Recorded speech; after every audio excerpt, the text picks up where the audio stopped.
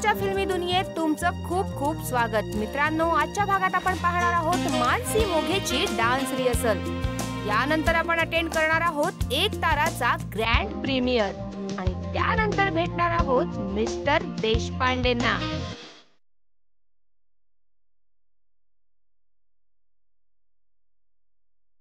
मित्रांनो, मागच्याच आठवड्यात आपण मिस दिवाला भेटलो होतो, आठवतं का? अहो, आपली मानसी मोघे हो, सध्या ती तिच्या फिल्मच्या प्रमोशन मध्ये जरा जास्तच बिझी आहे. पण हिच्याबद्दल एक गोष्ट सांगू का तुम्हाला?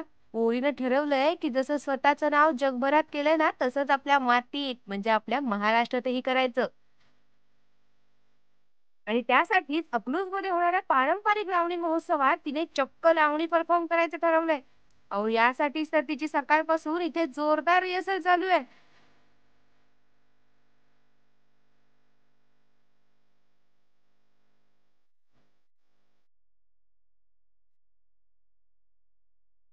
या रिहर्सल दरम्यान मानसी आणि तिचा हा डान्स कोरिओग्राफ करणारी दीपाली विचारे या दोघींनीही आमच्यासोबत खूप सारी धमाल मस्ती केली आणि त्यांच्या फिल्मच्या काही आठवणीही सांगितल्या. यातली सगळ्यात महत्वाची गोष्ट होती ती म्हणजे मिस दिवा आणि लावणी नृत्यांगनेचं कॅरेक्टर. तर मग दीपाली, या भूमिकेसाठी मानसी कशी काय बरं सिलेक्ट झाली? खरं सांगायचं तर तिने ना रितसर ऑडिशन वगैरे देऊन ही फिल्म मिळाली आहे तिला. म्हणजे it was not so easy for her. तर मला ते खूप कौतुक वाटलं की माझ्या एका इव्हेंटची रिहर्सल चालू होती आणि मला सिंगानिया सरांच्या ऑफिसमधून फोन आला की अशी अशी एक मुलगी आहे आणि ती मिस इंडिया आहे आणि ती तुझ्याकडे ऑडिशनला येणार आहे. म्हटलं ती मिस इंडिया आहे आणि माझ्याकडे ऑडिशनला काय येणार आहे ती? नाही नाही, आपल्या फिल्ममध्ये तिला आपण कास्ट करायचं आहे, तर तू बघून घे एकदा वगैरे. आणि तिने तिचं तिचं 2 गाण्यांची मेडली आणली होती, ती तिने लावायला सांगितली आणि तिने त्या 2 गाण्यांवर म्हणजे लावणीची एक मेडली तिने आमच्यासमोर प्रेझेंट केली आणि ती केली.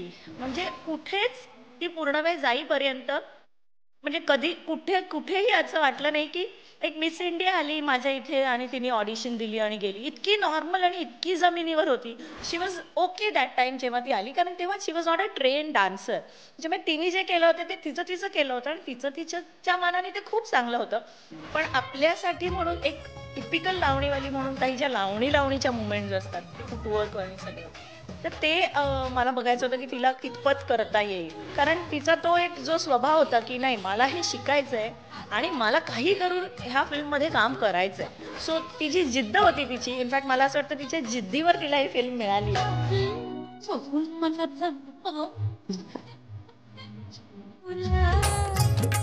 हे बाकी खरं आहे हा. ज्या व्यक्ती आकाशभरारी घेऊ शकतात त्यांचेच तर पाय जमिनीवर असतात.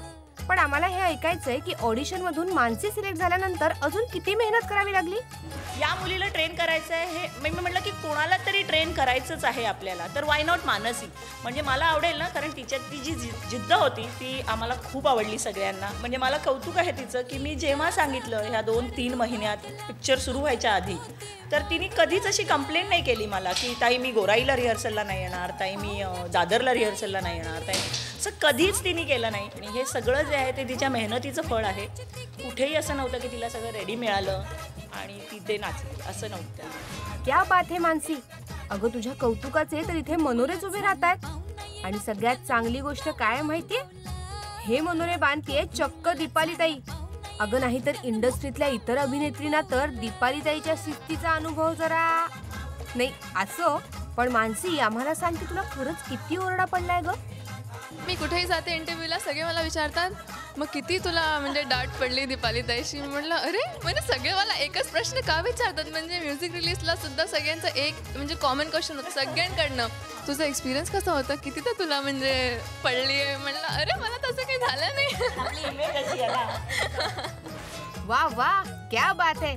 पण दीपाली ताई, सध्या सर्व ठिकाणी मुक्काम लांबवला हे गाणं जाम गाजतंय बरं का. मग तेव्हाच्या शूटिंगचा अनुभव सांग ना आम्हाला. आम्ही जे पहिलं शूट केलं ते मुक्काम लांबवला केलं आणि त्याच्यात ते जे सगळं, ती साडी आणि ते दागिने आणि ते सगळं जे होतं ना, ते मला असं वाटतं तिने खूप ज्वेलरी शोज केले आहेत, पण ते घालून ती नाचली नाही आहे ना. पण हे सगळं घालून तिला जे पहिला खूप त्रास झाला तिला. आणि हे जे पुन्हा पुन्हा करणं असतं आपल्याकडे शूटिंगला, आपण कट करतो, सेम परत परत करतो आणि इट वॉज 1 डे 1 सॉन्ग. त्यामुळे जेव्हा गाणं संपलं ना, म्हणजे ऑलमोस्ट टुवर्ड्स द एंड ती खूप थकली आणि मग तिला असं झालं की आपण काय करतोय, हे कधी संपणार आहे, याचं काय होणार आहे. पहिल्या गाण्यालाच तिची ही रिॲक्शन्स मला ही जी रिॲक्शन होती ती मला खूप धोकादायक होती. मग मी तिला बसवलं आणि मी सांगितलं हे असं तिला कळत नव्हतं ना, कारण कटिंग हे तिला कधीच माहीत नव्हतं. तिचंच म्हणणं होतं हे आपण केलं ना मगाशी, मग हे परत करायचं आहे का. मग मी तिला समजावलं की हे बघ असं असं आहे. आणि मग मी तिला सांगितलं हे फायनली दिसताना असं असं दिसणार आहे, त्याच्यामुळे तू दिसणार आहेस तर तू मला कायम फ्रेश दिसली पाहिजेस. एरवी तुझं काही होऊ दे, तुला टोचू दे, तुला हे होऊ दे, पण तेच एकदा कॅमेरा ऑफ झाला की तू गळ्यातला फेकून दे. पण तेव्हा ऑडियन्सला असं नको कळायला की तुला हे दुखतंय किंवा तुला ह्याचा त्रास होतोय.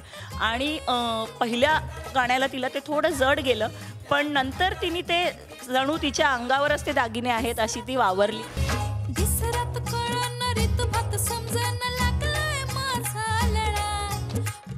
आता तरी सिनेमाचं शूटिंग संपलंय, शिवाय बाकी सर्व गोष्टीही आटोपल्यात.